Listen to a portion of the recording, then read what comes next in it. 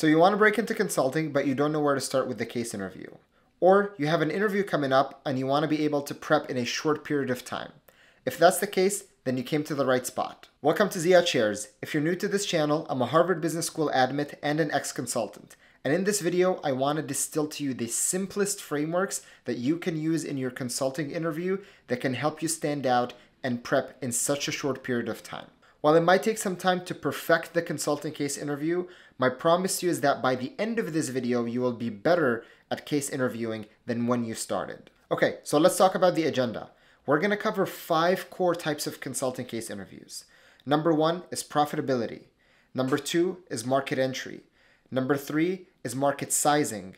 Number 4, mergers and acquisition. And then number 5, other types of cases. For each of these, I want to cover a sample question that they might ask, the framework that you should use during the consulting case interview, and then a quick example or analysis to run with that framework. I love nerding out on frameworks, so I hope you are excited. So let's get started.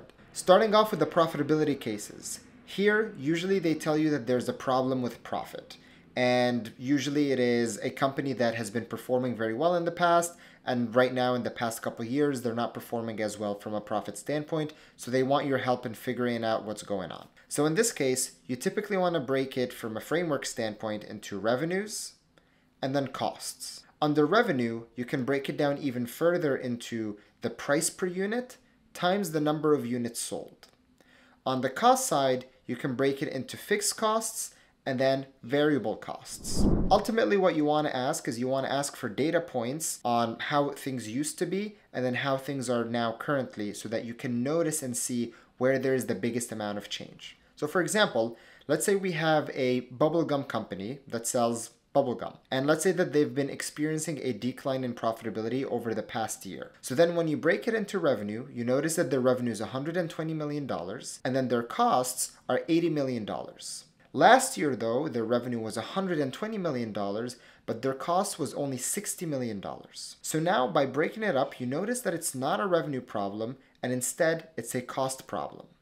So then, when I look at the cost and I break it down into fixed costs and variable costs, I notice that the fixed costs are stable. So let's call it that it was $40 million in fixed costs, but then their variable cost is what jumped up from $20 million to $40 million year over year. So in digging further, we realize that the reason why the variable cost went up considerably is because the supplier has changed year over year, and now they're working with a different supplier of bubblegum.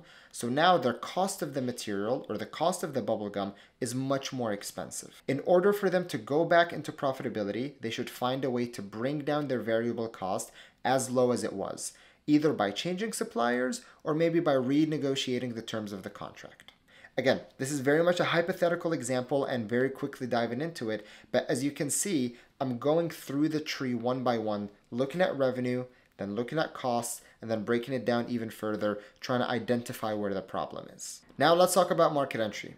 The name and type of case says it all. Here you typically have a company that is trying to expand and enter a new market. So for example, I love to give the PepsiCo example. Let's say that PepsiCo only operates in the United States and they want to open up a new branch in Japan. They've never sold Pepsi in Japan and they want to know whether it's a good idea. In this case, you want to break it into 4 parts. First, you want to look at the market size. Second, you want to look at the market growth. Third, you want to look at the potential share that you're able to get. And then fourth, you want to look at the investment associated with that. So let's look at an example. And as a disclaimer, all the numbers that I'm going to share are hypothetical examples. They're absolutely wrong. They're just to demonstrate an example to you all. So for market size, let's say that the total market size of the beverage market is roughly $30 billion. And the growth of the market is 10%. So every single year, the market is going to grow by 10%. Just between these 2 pieces of information, it seems to me that the market seems to be attractive. It's a big enough market, and it's a market that's growing year over year in Japan. Now let's look at the potential share. When you think about the potential share, you want to understand what percentage of that market do you think you'll be able to get. For sake of simplicity, let's say that based off of the competition and some analysis that you've done, you think that you can get close to 10% market share in year 1. So in total, you might be expecting $3 billion in revenue. because the total market size is 30 billion, you're going to get 10% share of that $30 billion market. So you can expect $3 billion in revenue. Now here, when you think about it from a cost standpoint, let's say it would cost us $100 billion to enter the Japanese market for whatever reason, building the new factory, hiring people, licenses. In this specific case, it doesn't seem to be worth it to enter the Japanese market because it would take you almost 30 years, 33 years to be exact, in order for you to break even from this investment. Having said that, let's say it only costs, I don't know, $10 billion to break into the market.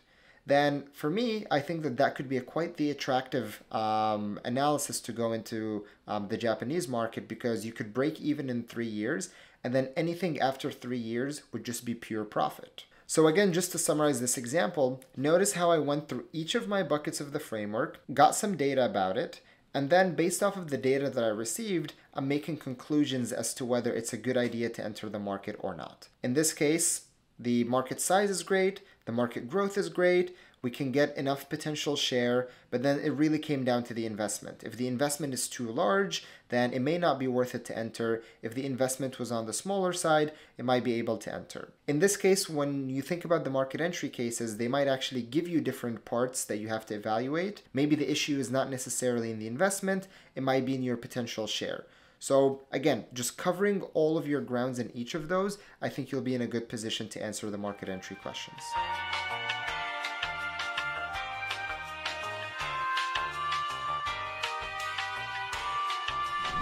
Now onto my personal favorite, which is market sizing. Market sizing is these cool questions that they ask you on, like, how many golf balls could you fit in the Empire State Building? Or how many students are there in the United States who are pursuing online degrees? There are all sorts of questions about market sizing, and while they can be very daunting in the beginning, if you can simplify it and distill it into either a top-down approach or a bottoms-up approach, you'll be able to simplify the question and get to a close ballpark. So what do I mean by top-down approach or bottoms-up approach? In the top-down approach, you're starting with a large market, and then you're distilling, and funnel it down until you get to the market that you're interested in. So let's look at an example of the top-down approach. In this case, I want to start all the way from the top, and as I said, funnel down to the market. So let's say I want to talk about the total number of students who are pursuing an online degree in the United States. Maybe I can start with a top bucket, which is the total population of the United States. For sake of simplicity, let's say it's 300 million. Now, of the 300 million, let's say that 20% of people are within the ages of 18 to 24. So now I'm down to my second layer, which is approximately 20% of the population, or 6 million people. Now, let's say of the 6 million people, I have approximately half of them pursuing college degrees, so 3 million people. And then of the 3 million people, another half of them are pursuing their degrees online. So now I'm down to 1.5 million. Now notice how I started from a top-down large number like the population, and then I made general assumptions that may or may not be correct, but they're in the rough ballpark. And based off of those assumptions and that piece of logic, I came down to approximately 1.5 million. Again, these are all hypothetical numbers, and you'd have to do more robust assumptions in order to get to the right number, but this is again just for demonstration purposes. Now the bottoms-up approach would be a little bit different, where you can look at a certain statistic within your area or region and then be able to extrapolate it to a much larger population. So let's talk about pharmacies, for example. How many pharmacies are there in the United States? Maybe you live in a place like myself, in Boston, and in your area of, say, 100,000 people, there is 100 pharmacies. So then you can say, okay, for every 100,000 people, there's typically 100 pharmacies. So for a population of 1,000, you get one pharmacy. Then you can use this ratio then to extrapolate to another city. So let's say they ask you, how many pharmacies are there in New York? And New York has 8 million people. Now you know that for every 1,000 people, there is one pharmacy. So you're going to take your 8 million and divide it by 1,000 to get the number of pharmacies in New York. So that will get you 8,000 pharmacies. Again, in this case, you are starting from a smaller population in your region, in your area, and then you're trying to extrapolate it to a much larger population. I will say market sizing is the one that has the most amount of nuance. There is a lot of different types of cases that you can do. And frankly, it's probably one of the harder ones to prep for. This is one where I'd say practice is probably your best bet. There's not a clear direct framework, but if you try to apply the top-down or bottoms-up approach in any of these, you could get to the close ballpark. But truly, I think practice is the best for market sizing specifically. All right, mergers and acquisitions, or M&A. This is basically when one company is trying to decide whether or not they should acquire another company. So let's say that you have PepsiCo again, and they are trying to decide whether they should buy this bottled water company. Here, you want to look at three specific things. First, you want to look at the value of the standalone company that you're trying to acquire. So when you acquire a company, you want to know whether this company that you're acquiring is good on its own as a standalone solo business. Are their revenues good? Are they growing? Are they profitable? So all that information should be analyzed to understand whether this is a good solo company. From there, you want to look into it into the second bucket, which is synergies. Synergies can come in two forms, either cost synergies or revenue synergies. And what we mean here by synergies is the total additional value that you can get as a combined company. For example, from a cost synergy standpoint, you can reduce the number of headcount that you have in the company because now you are one merged company.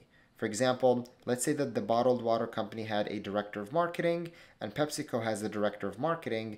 Now you only really need one person to run the marketing department for both companies, so you can save the cost from one of the directors of marketing. But you can also have synergies on the revenue side.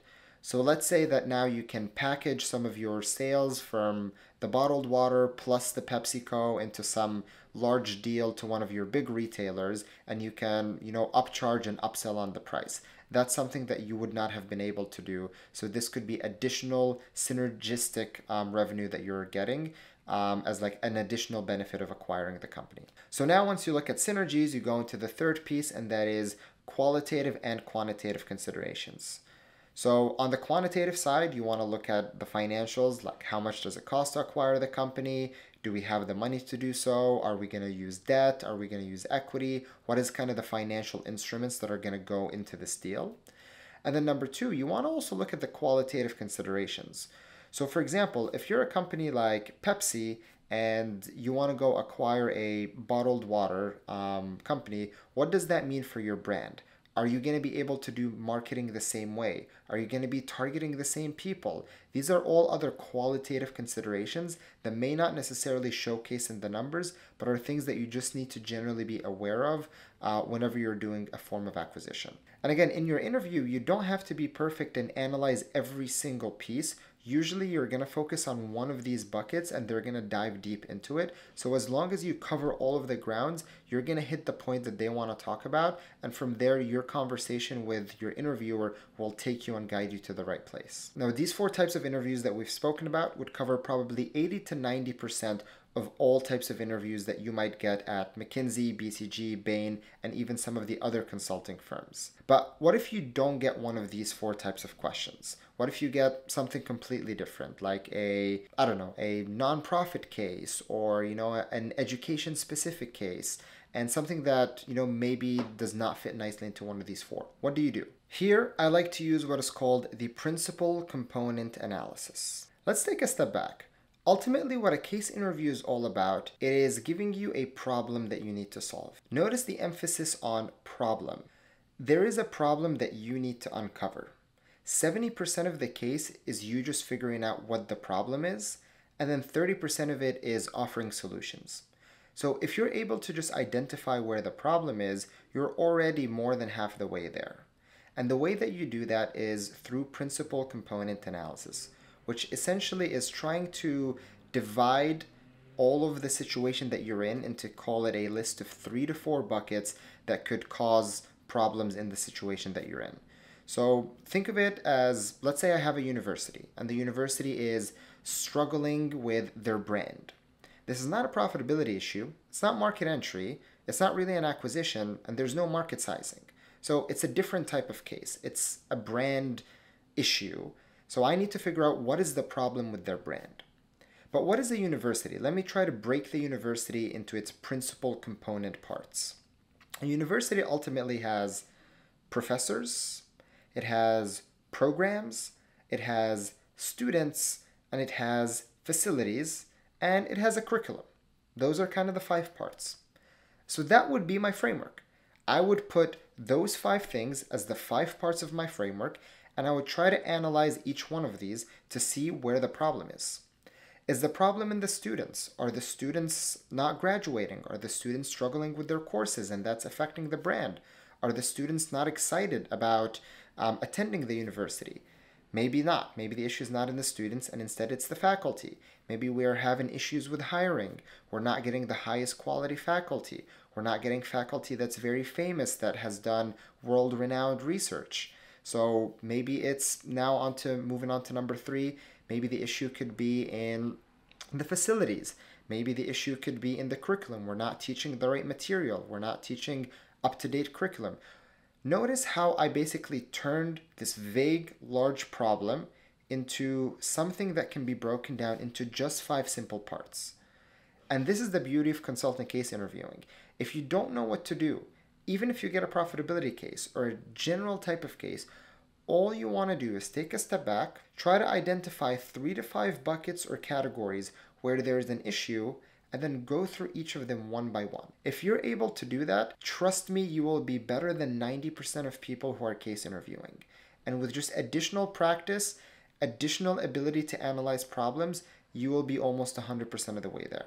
I hope this was helpful. If you still have any questions, please feel free to reach out to me directly. I would love to connect and help you during your consulting interviews. Now with that, this was an ultimately simplified version of it. I would highly recommend that you go in and practice the case interviews, because there is no better way to get better at casing than actually doing the practice instead of just studying the frameworks. But again, I hope that this was helpful and I hope to talk to you all soon. I'll catch you in the next one.